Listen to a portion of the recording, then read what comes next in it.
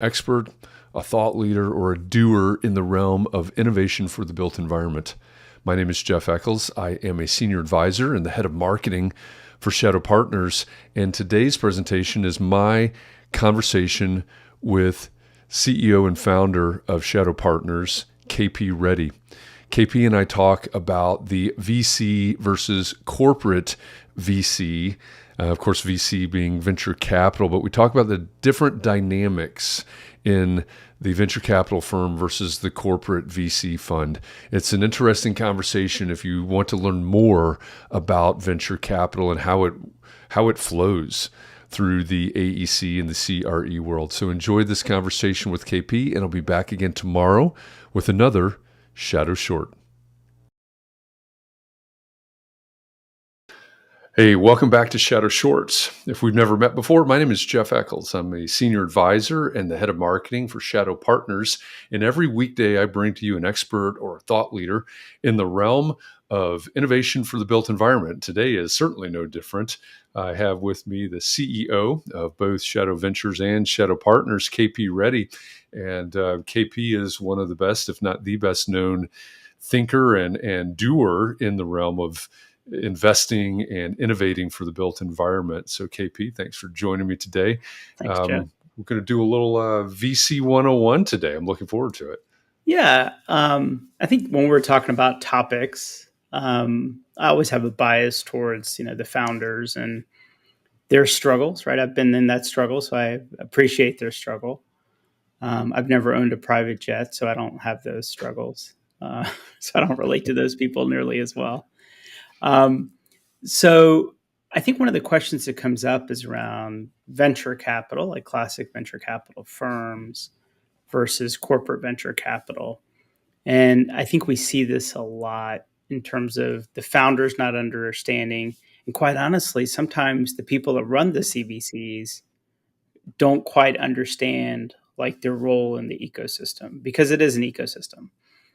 And I think the best way to look at it is, objectives and motives.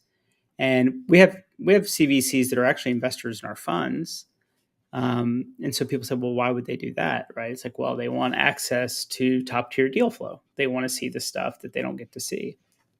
And so when I look at like motives and objectives for a VC, for us, we take in capital from limited partners. It's not our money. They give us their money. And we basically get paid for the appreciation of that fund. So it's typically a 10-year fund with a certain investment period. And then after we look at the wins and we subtract all the losses, whatever's left, we get a piece of that. It's called carry. What's interesting about that is we generally operate under the guise of, under the system of power law, which means 1 out of our 10 deals crush it and 9 of them go away, right? And so it's a different rubric that we operate. And our investors are looking for outsized returns. That is their primary objective. Is there strategic value? Yes. Do they get great access to knowing what's going on in the industry? Absolutely. Those are all perfectly well. But fundamentally, we all report to a CFO. Full stop. Like at the end of the day, we all report to a CFO. And the CFO is going to say, hey, we gave these guys this money. What happened? In the world of CVC, they really look at alignment to business and how does it affect their core business and how is it a beneficial piece of their business. It's very less about returns, nor do they have a lot of the typical things we have in place where like pay for performance is a big thing. They're generally corporate folks on salary and deploying capital. And a win to them could be they invest in 10 companies and 9 of them do really well. They do okay. They do good enough, but they're very beneficial to their business. And in fact, maybe your acquisitions, low-cost acquisition opportunities because they got in early. So the motives tend to be super swayed that way. And I think part of what that does is it creates massive, for the CVC, they tend to have pretty big selection bias. If a CVC is not an investor in other venture funds, they tend to be subjected to selection bias, meaning founders want to do business with firms like ours and our peer group, right? There's about 5 or 6 of us in our peer group. That's who they want to do business with. One, because we get the business, we have aligned interest with them on growth and goals. It's just like we think the same way they do. Once we all say no, then they start pitching the CVCs. So, because then they start realizing, like, well, we might not be a financial home run. That's why all these that's why all the VCs passed on us. But we might be a strategic home run for XYZ company. And then they start. So what that does is it creates selection bias. So generally CVCs, unless they have exposure through a venture firm and they're seeing the top tier deals and the most sought out deals, they're not going to see them. They're not going to see them. Founders know working with the CVC, they're corporate. They move slow. There's probably a process. There's a deal that we did. We met with the founders and we closed in 6 weeks. The CVC that had been looking at them for a year couldn't get it together. They just couldn't move. It took them a year. It's lots of approvals, lots of, So at the end of the day, no matter what a CVC says, they are subject to their internal process. That's just how it is. There's nothing good or bad about it. But what that does is it tends to attract startups that have kind of exhausted their other options and are looking for more of a strategic partner than an actual investor. Okay. Can you give me an example? And maybe it's something that would surprise people, or maybe it's just, here's mainstream, but what's an example of a VC, a venture capital firm, versus a CVC, a corporate VC? So I'll pick outside of our industry. Okay, fair enough. I either don't offend someone or promote someone, right? So All right.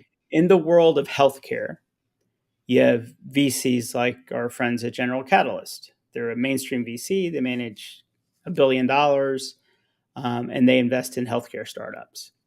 Okay. There's also a CVC called Sandbox Healthcare that's funded by Blue Cross Blue Shield. Okay.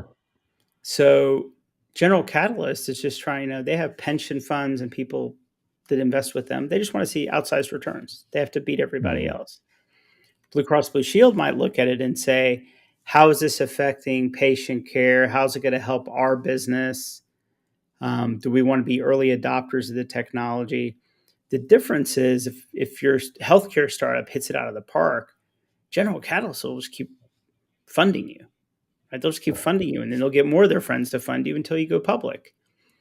A Blue Cross Blue Shield probably says, well, no, we're in. We got in. We're fine. So they're not going to be a great financial partner going forward. They might give you insights, et cetera, but that's about it, right? They're not going to be a great financial partner. And also, a lot of times you have to worry with the CVC. Does the market, start to feel things about it? If a CVC that's tied to, call it a construction company or a building product company, name it, right? And you take money from them, do their competitors in the space view it differently? Oh, you're an investor with them. They're our competitor, right? I don't know if Blue Cross Blue Shield really competes. Maybe they compete with Humana or something, but whatever it is, all of a sudden, are you going to be precluded from really doing business with the competitors of the CVC? So you really have to think about, really have to think about like the broader effects of your business and what the optics look like. Yeah, that makes a lot of sense. I mean, it's in a way it's down to marketing 101. It's a different context, but it's you're looking at your niche market, I suppose. And I think there's also like we operate under winner takes all, right? So when I meet with the startup, I'm like, if you win, give me the list of people that we're going to destroy. Like I need to know who loses, because that tells me a lot about how you're thinking. It tells me a lot about the opportunity. A CVC may not. That's not the aggression that they're like, well, Right. if it's helpful for the industry, if it does good things for the industry, fantastic. We should invest. So it's just a different mindset. I think I was telling you, like, if we're all skiing We're like downhill speed skiing, and CVCs tend to be cross country skiing. Got it. Yeah. Just a different Yeah. approach.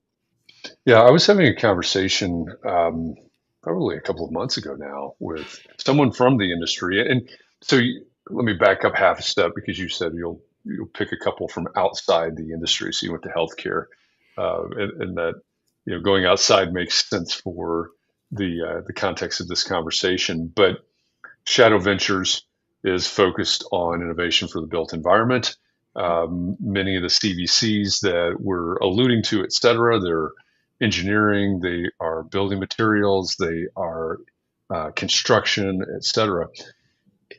I was having a conversation a couple of months ago with somebody from the industry at a pretty large firm, well, actually a very large firm, and they were curious about the CVC scenario, the CVC setup, and one of the questions was, well, why? Why would that construction firm or that engineering firm, why would they set up their own VC? So we've got construction firm PDQ, and PDQ VC is their corporate VC. Mm-hmm. And so if you were to have a conversation with somebody like that now, and you already partially answered this earlier, but somebody that's in the industry at a large firm, that's looking at technology and strategy, et cetera, why would you encourage them to think about, or would you encourage them to think about their own VC fund? So one, we're really focused. A lot of our investors are strategic. They invest directly too. We're looking for grand slams. We would rather strike out. If we don't hit a grand slam, we're okay striking out. That is our. Okay. But that doesn't mean there's not a continuum of startups and businesses that are solid doubles and triples. We're going to always pass on those. But so for a corporate VC, they might say, look, this is a great company. They can probably get to 50 million in revenue and generate $5 million in cash flow, and we can get a dividend. By the way, in our world, we don't even know what a dividend is. That's not the world we live in, right? It's very binary outcomes for us. So for some CVCs, if they want to look at things like services companies, tech enabled type things, industrialized construction, we don't believe is venture fundable. It's not going to deliver. We're all chasing a Google type return, right? We're not going to get that out of an industrialized construction company, but to a corporate VC that's maybe part of a construction company or building product, that makes a ton of sense for them. It makes a ton of sense for them to invest. The other part of it is, I think for some people, and we see it less with CVCs, a little bit more with family offices, they want to save on fees. They're just being cheap. We take fees, right? We charge money to do our work. I can hire someone in-house, just graduated with an MBA, pay them a few bucks a year. They get a little bit of the upside, and I get to keep the rest. There is some of that mentality. So it's like, let's do it ourselves. We can do what they do, but do it cheaper. That's funny. So if you are a leader at an AE firm or somebody somewhere in the AEC or real estate, which is really that's what we're looking at. That's where we are. And you're wondering about, okay, now I get it. We're looking for startups that may benefit us somehow. We're looking for startups that may be good for the industry. However we want to view and position that. How do you get started? Right? We've never invested in anything before. We don't even know how to set up the fund, the VC side. So where do we get started? I mean, honestly, you talk to people like me. I mean, I think the beautiful thing about our industry is it's very collaborative, right? I mean, I think as much as I tend to be a fierce competitor, I think there's also a bigger mission at play, right? So I think talk to people that are doing it. Talk to other firms that are doing it, right? I mean, there's lots of firms that are doing it. You go talk to them and, hey, what's been your experience? For us, like I think it's like 95% of our investors are all referral based. We don't get people coming to our website wanting to. It's usually, hey, I was talking to this other CEO. They've really enjoyed working with you guys. We're trying to figure things out. We'd love to talk to you, right? That's usually what our world looks like. So I think ask lots of questions, talk to people outside of the industry, talk to VCs outside of the industry, um, talk to innovation people outside of the industry, and really look, because it's not trivial setting something up. We say, like, if you're going to set up a fund, you're a fiduciary. Like, it comes with overhead, compliance, lots of things that you need to be very serious about. And I think for corporate, there's a little bit like we might just want to outsource that. You know, whenever my view is do both, invest in venture funds and do some direct investing. That's my general point of view, is that a lot of our investors do that. And the reason being is, if we invest in a company that's construction focused, a lot of our construction LPs might want to double down, right? They're like, oh, we love Mm. that. Let's put more money against that one thing. But our commercial real estate people, they're like, I don't get it. I don't care. Right. I'm Right. glad you guys invested. We're happy for you, but it's not something that's exciting to me. Same thing if we invest in something that's commercial real estate oriented. I don't know that our engineering firm, investors care about it. Like, we don't care about that, right? So I think you do both. I think you do both, right? I think you want to do both. And then, one, you get a lot of exposure. We look at 50 deals a week. I talk to 10 startups a week. So and then we invest in like one a month. So think about all the people we say no to. It doesn't mean that they're bad businesses. They're just not a grand slam. But if it's a solid double, we send it over to one of our corporate partners and say, hey, look, we're passing on this because it's not a grand slam, but we think it's a pretty cool business and it might align really well with your core business. So you guys should look at investing in them directly. And so they kind of get best of both worlds. Yeah, I like that distinction right there. And of course, as a baseball fan, it resonates really well. But the alignment with the core business on the CVC, the corporate VC side, I think that's, as we say, as you said, that becomes very important. The attitude of grand slam versus doubles and triples, that distinction makes a lot of sense as well.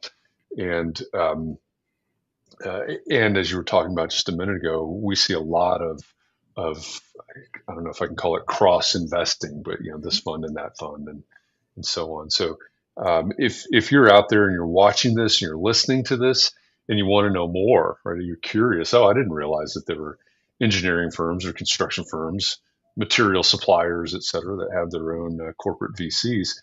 You might want to reach out. And I would also say, as KP mentioned earlier, having these conversations, that's a great segue to talking about Shadow Summit, which is coming up this fall, October 24th through 26th in Atlanta. A lot of the people that are investing in this space will be at Shadow Summit, right? They're there to speak. They're there to network. They're there to learn. To Not to put words in his mouth because he said it, but KP told me earlier this year. He said Shadow Summit 2023 is going to be a Cliff's Notes version of everything that's happened in terms of investing and innovation in the built environment during 2023, and also a preview of what to pay attention to, what to look forward to, and what to budget for in 2024. So go to shadowsummit.com for more info on that. Of course, KP will be there. I'll be there. Many of the LPs that he's mentioned before, and Jeff, others that always are investing in the always space. remind people, 4 years ago at Summit, we were talking about the future of AI 4 years ago. So just saying, like, it's like old news. We're not even going to talk about it anymore. It's old news, right?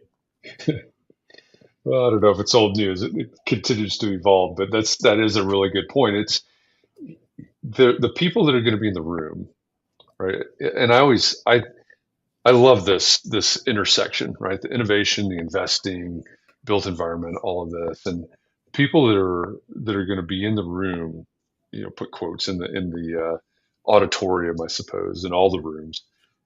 They are the people that are looking at the future of the professions of the built environment and how we do it, how we deliver it, what it looks like, all of the things. So this will be a very rich conversation. We'll get deep in the weeds on a lot of these different topics that we'll talk about, whether it's housing shortage or labor gap or industrialized construction, as KP mentioned earlier. There's a lot that we have to talk about and set the course on for 2024. So Jeff, one, shadowsummit.com. Jeff, one side note on that. I've had people ask, like, "Hey, KP, I heard that you personally review every application," and it's like, "Yes, I do." And they're like, "What? Like what? Like why? Like how do you have so much Yeah, time?" And my point is, like, I think community building is as much about giving as it is about taking. And I think for me, it's the people that I quote unquote, me and you talk about it, like letting people in. It's so much less. Some of it's title, some of it's stat, all that stuff. But it's literally like, are these people going to just take and leave the room, or are yeah, they going to contribute? Because that's so important, right? I mean, just people that are going to show up and sit in the corner and take notes, less interest. I don't care who you are, right? If Warren Buffett wants yeah, to come and he's going to sit in the corner and take, I'm not going to let him in, right? He's going to engage and yeah, give insights and create conversations. Then I'm excited, right? Then I'm excited for that person to be there. And I think that's like, someone asked me today, like, "Hey, like I got rejected. Why?" And I'm like, here's why. Like, mhm, I think you're just going to come take. yeah, I don't think you're to give. yeah.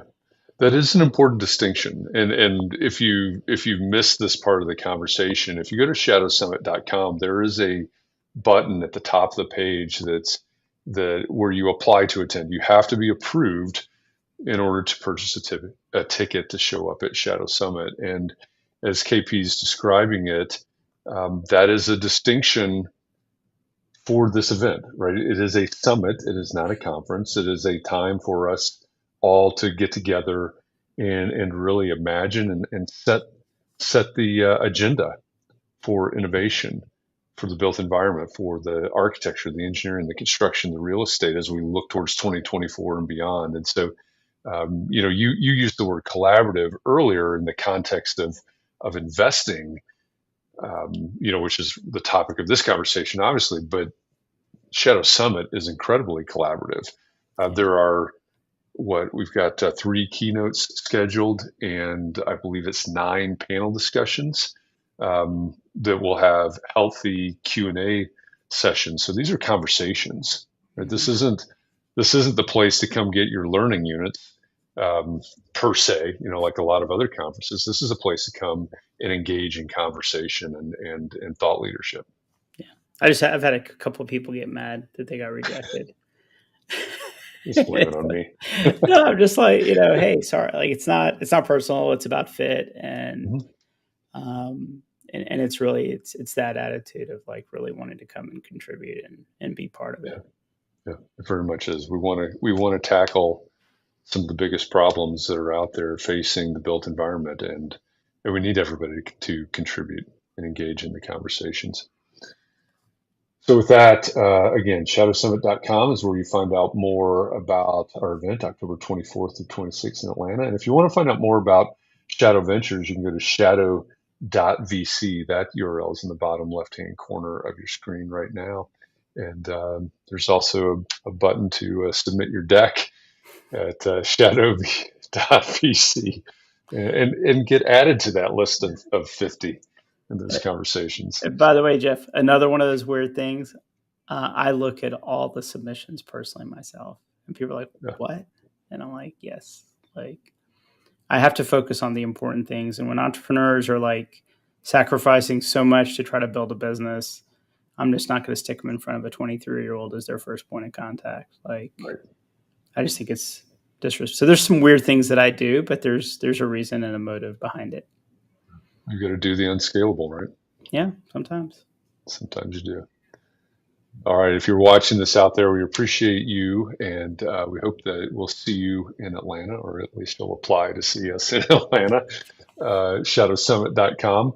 And I'll be back tomorrow with another of these conversations with an expert or thought leader around innovation in the built environment. So until then, KP, thanks for joining me. Thanks for the Investing 101 session today. And KP, we're going to make this a regular series. KP will come back from time to time to talk about the ins and outs of venture capital, and especially in the AEC and our world. So KP, thanks for this, and we'll see everybody next time.